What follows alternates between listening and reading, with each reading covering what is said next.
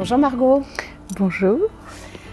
Dis-moi, où est-ce que tu travailles en ce moment et qu'est-ce que tu fais? Je travaille sur le marché de Uber Eats pour la France et la Belgique. Donc tu travailles en français, en anglais, en portugais? Alors je travaille que en français avec mon équipe et en anglais notamment puisque c'est une grosse boîte américaine donc toutes les communications sont en anglais. Le portugais c'est extra, c'est à côté, ouais. Forcément c'est un plus. Lisbonne et la joie. Ouais. Tu voulais aller travailler à l'étranger quand tu étais au BBA Insect? C'était déjà quelque chose que tu voulais faire? Oui, complètement. C'est aussi pour ça que j'ai choisi cette école. Je pensais qu'il y avait quand même pas mal d'opportunités pour se retrouver à l'étranger via les stages, l'Erasmus. Et là, c'était dans la continuité où j'ai continué de bosser 2 ans après mes études à Bordeaux. Donc ça faisait du coup 6 ans que j'y étais. J'avais envie de partir un peu avant de sentir que je tournais en rond, même s'il y avait cette ville offre plein de choses aujourd'hui. Donc ouais, c'est quelque chose auquel je pensais. J'avais envie d'apprendre le portugais. Je voyais que Lisbonne, ça se développait très bien. Dis-moi, est-ce que tu peux me décrire une journée type? Est-ce que tu as un métier qui est très normé ou est-ce que tu fais plein de choses différentes dans la journée? C'est une très bonne question. Parce que je dirais que mon métier, il est en pleine construction du fait de la nouveauté du site qui est assez jeune. Mon métier, ça s'appelle Team Leader, donc le leader d'une équipe. Donc ça va être une forme de management. Et en fait, moi qui travaillais dans une start-up avant, là je me retrouve un peu quand même à faire plein de choses différentes.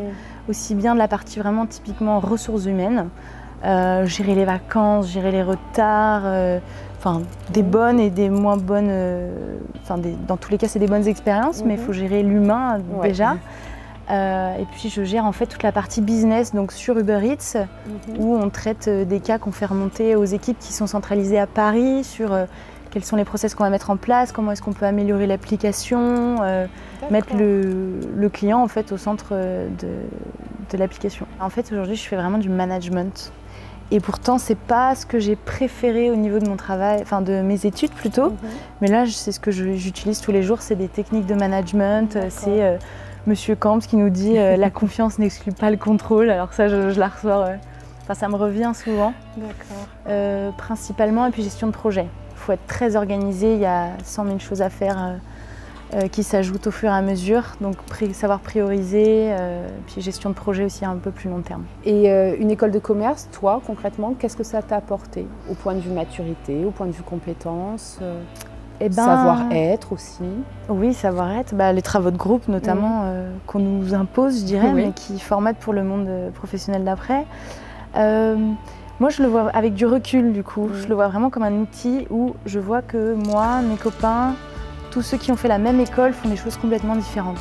Donc oui, ça apporte forcément des compétences pour des métiers, mais c'est encore un intermédiaire où on peut se projeter à faire plein de choses parce qu'on voit plein de choses.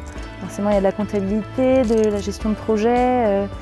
Moi, j'ai adoré l'économie, j'ai adoré la géopolitique aussi, même si aujourd'hui, ça m'aide pas peut-être directement dans mon travail. Je pense que c'est cette toute vision globale.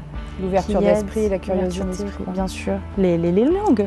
Les langues, c'est quand même en 2018, c'est quand même quelque chose qu'on demande pour les nouvelles générations, d'être au moins capable de parler anglais. Et oui, un outil parce qu'on a une base de données qui est énorme, qu'on n'utilise pas forcément. Pareil, aller voir les profs, poser des questions, se renseigner. Chacun peut en faire ce qu'il veut puisque chacun peut faire plein de métiers différents derrière. Merci beaucoup Margot.